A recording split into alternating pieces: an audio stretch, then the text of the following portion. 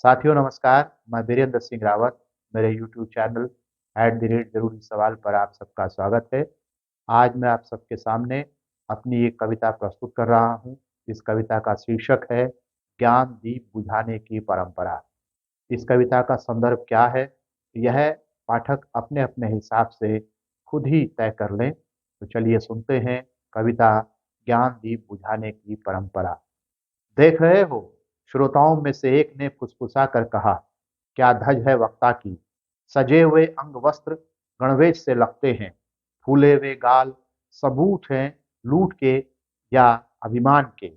पिछली बार भी ऐसा ही कोई आया था, और हाँ, उससे पहले भी। अब कितना याद करूं।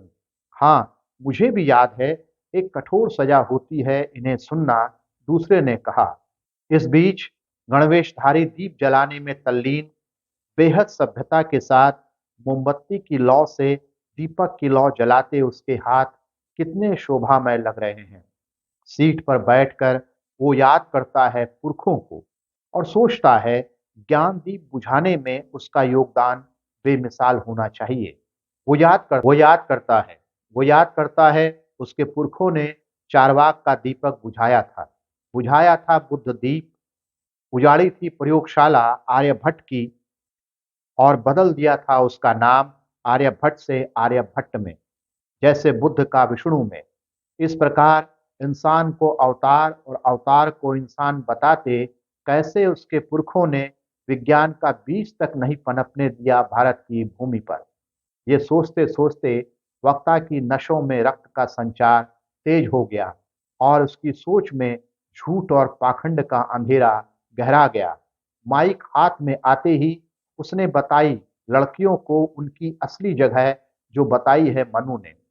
उसने बताया अंबेडकर ब्राह्मण का पुत्र था, जिसे लिया था गोद किसी दलित ने। उसकी सोच की जमीन पर कोई आर्यभट्ट, कोई अंबेडकर ज्ञानवान हो ही नहीं सकता। इसलिए दोनों को ही बताना होगा ब्राह्मण, और फैलाना होगा इस झूठ को, भले ही करनी पड़े हिंसा।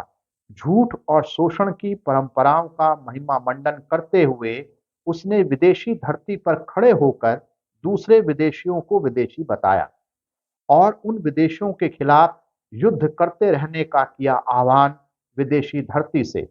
उसने आदिवासियों को वनवासी बताया, ताकि कम उम्र होने पर भी वह लगे पुराना, ताकि उसके हिस्से में आए ज्यादा, बहुत ज्यादा। ज्ञान दीप बुझाते उसका चेहरा दमक रहा था। उसे गर्व है कि ज्ञान का दीपक बुझाने का उसका कर्म दीपक जलाने के उपक्रम पर भारी पड़ रहा है। धन्यवाद।